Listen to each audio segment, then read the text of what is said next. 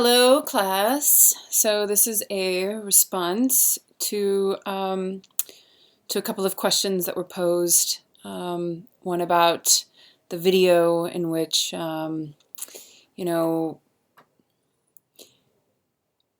we're taken more seriously and even seen as smarter if we are having a dialogue in person. So if somebody gets to see us and experience us in person as opposed to over the internet or in some a video, a pre-recorded video. And then the other one being the quote and choosing a quote. And so first I want to talk about I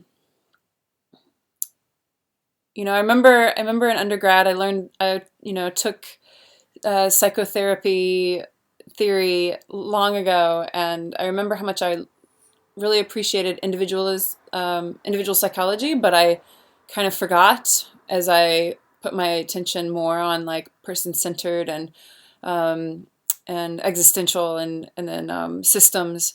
And so I'm having this newfound appreciation for Adlerian, which is great. If we talk about this question of like, why is it person to person that is so much more rewarding than when we're doing it through video? And it kind of goes like, if we could feel it, we can feel the reasons that that exist. I mean, we can feel that like experience is way different. I mean, even with a cohort that's mostly online, we're like I miss you and I can't wait to see you again, and that feels more connected. And neurotransmitters are like these powerful little molecules that our DNA just like knows. And so our body is like, we're based on some of the conversation from the Susan Pinker video, and like just knowing that neurotransmitters, what they do to the body, it makes sense that our body is like reacting to this. And if like the face-to-face is invoke like bringing these out, then we're getting that, like our body is like healing our body in whatever way, maybe mentally, emotionally, physically. So there is that, we're getting that neurotransmitter experience, that biological experience. But according to Adlerian, when we talk about an additional drive being one that is outside of ourselves, so it's not a sexual drive, it's not these other drives that are very inward, but this one, like social interest, as Adlerian talks, or Alfred Adler talks about, like that is this force that we're guided to do something when we're engaging with people that we care about, or we're engaging with people just on a daily basis. Maybe that's in that apparently in some research that's enough to a degree, I suppose. But even if we're like being nourished by our like innate need of belongingness and relatedness, then we're getting this I hate to say this, but I do go back to this, like this biological fix, like back to neurotransmitters and what is being elicited in our bodies from these engagements. So while social interest is very much outward, it's for this inward purpose, all right? A very self-centered purpose, which is not, it's not a derogatory, self-centered isn't a derogatory term, but in this case. But yeah, I think, and there's like this like interaction of, seeing ourselves reflected in another and getting to like bounce back ideas, or back and forth ideas, or, getting a vision of who we are. And and maybe our like stories getting checked. Adler also talks about like the private logic and the stories that we tell ourselves or this, you know, the perception that we have from the stories that were created in childhood, and like what those have evolved into in our adult life.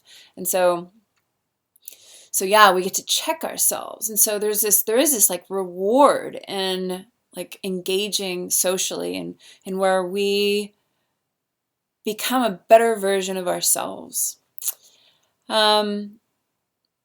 And so I don't know if that goes back to biology and like this idea of reward, you know, like action reward, this behaviorism type of like, you know, Pavlov / Skinner type of thing. I don't know.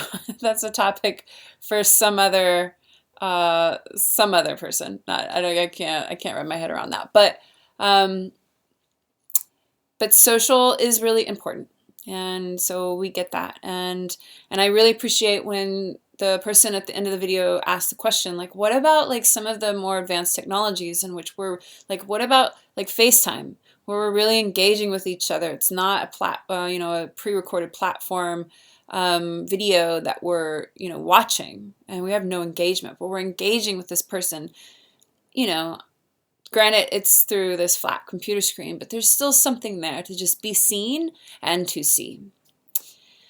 So the other part, the quote, I chose, every individual acts and suffers in accordance with his peculiar teleology, which has the inevitability of fate so long as he does not understand it. So what this kind of spoke to me, teleology being like our inherentness, or what makes us, what makes me. That's kind of how I understand it. But like almost a foundational type of thing. And so there's this construct of you know, belief from our childhood, from our early on experiences. Those early on experiences become this like way of conduct, how we protect ourselves, how I protect myself, or how I cope, or how I engage with others, my attachment style, whatever. Like those experiences early on are the foundation of how I believe myself, other people, and the world in general to be.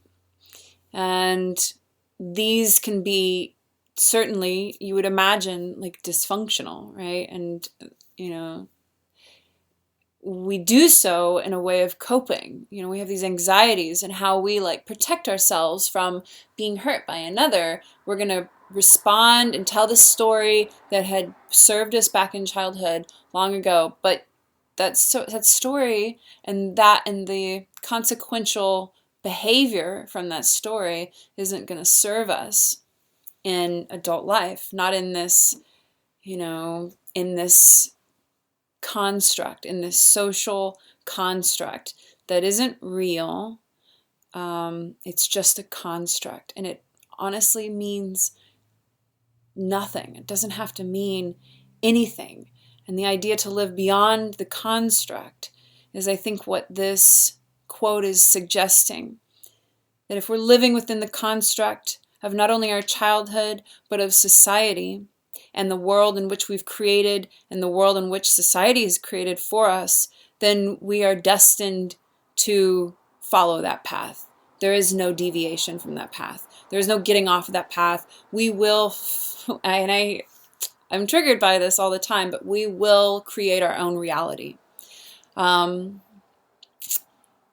that's true. It's true. I mean, there's a lot of help in that, and it's not like for word true.